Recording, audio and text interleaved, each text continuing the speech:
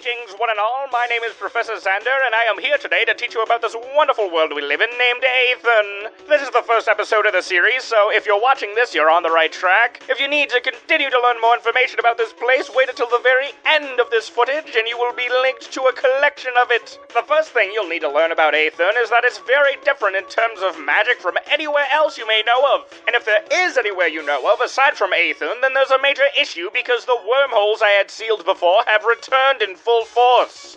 But I'm getting off topic. That is a scientific concern, and you are here to learn about the magic of this world. After all, the two coincide, and you can't learn one without knowing about the other. And seeing as the magic is far easier to understand than the science, let's begin there. Essentially, magic in this world acts like magnetized materials. How do those work? Well, entities that are inherently magical can draw magic to themselves simply by being in the world, and some places have higher concentrations of magic than others. However, once enough magic has gathered within any single body, no more will be attracted to said body. This limit can vary from person to person, and rather than focusing on just the total volume available for storage of this magic, the initial amount of magic within any given entity and their ability to manually attract and hold excess magic must also be considered. More storage can be built through constant gathering of excess mana, much like overeating can expand your stomach.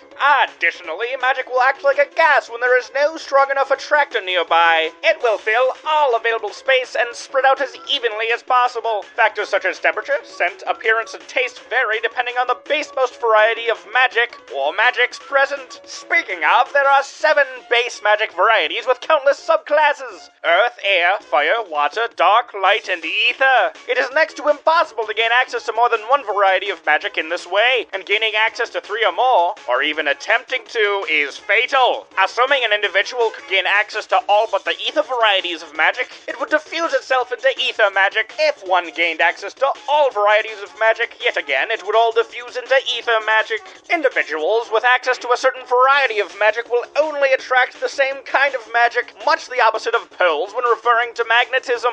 However, trying to forcefully take in incorrect forms of magic can result in very odd and possibly dangerous or lethal consequences. This is why, without the interaction of a Amoeba and a great deal of luck, individuals cannot change their variety of magic. We will be discussing Amoeba in greater detail later on. Perhaps the most unpredictable of all magics, and therefore the most dangerous, is ether magic. Ether is the most common sort of magic in the world, and yet the least commonly used by casters, individuals who are able to use magic. This is because it's extraordinarily rare to be born with access to ether magic without being related to, or without quite literally being, an inherently magical wild animal. This is because animals cannot actively know what sort of magic they're subconsciously wielding, and therefore can only draw on magic through passive means. Considering ether magic can take in any other sort of magic and transfer it into ether magic, and these little beasties need magic like air or nutrients to survive, evolution giving them the magic that can drain all others is just a logical step. Ether casters can also use this trick when they're low on energy in a battle. Of course, Mother Nature has to be her cruel self, and such an incredible ability has to have a downside. The trade-off is only gaining 10% of the magic absorbed as actual usable mana,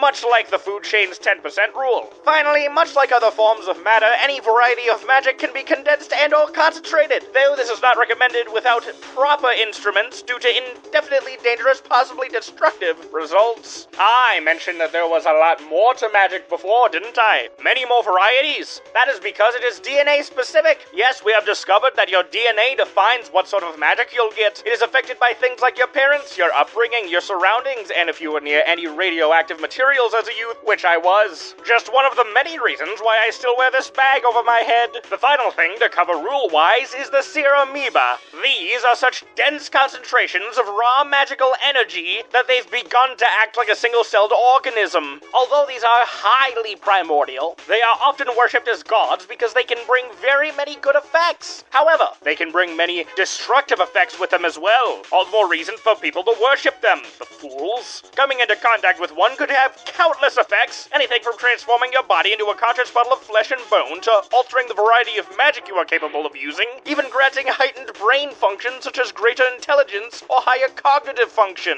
It is highly recommended to steer clear of these anomalies, as it is akin to striding through a nuclear testing area. Oh, I nearly forgot.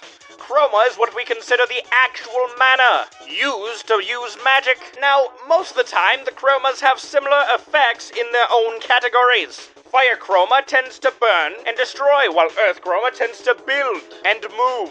Now, how can you tell if you're a caster or not? After all, not everyone is born with chroma inside of them. It's quite simple, really. Every home has a device that's similar to a metal detector, except for chroma. If it senses that you have chroma inside of you, it will beep and you will know the instant you are born.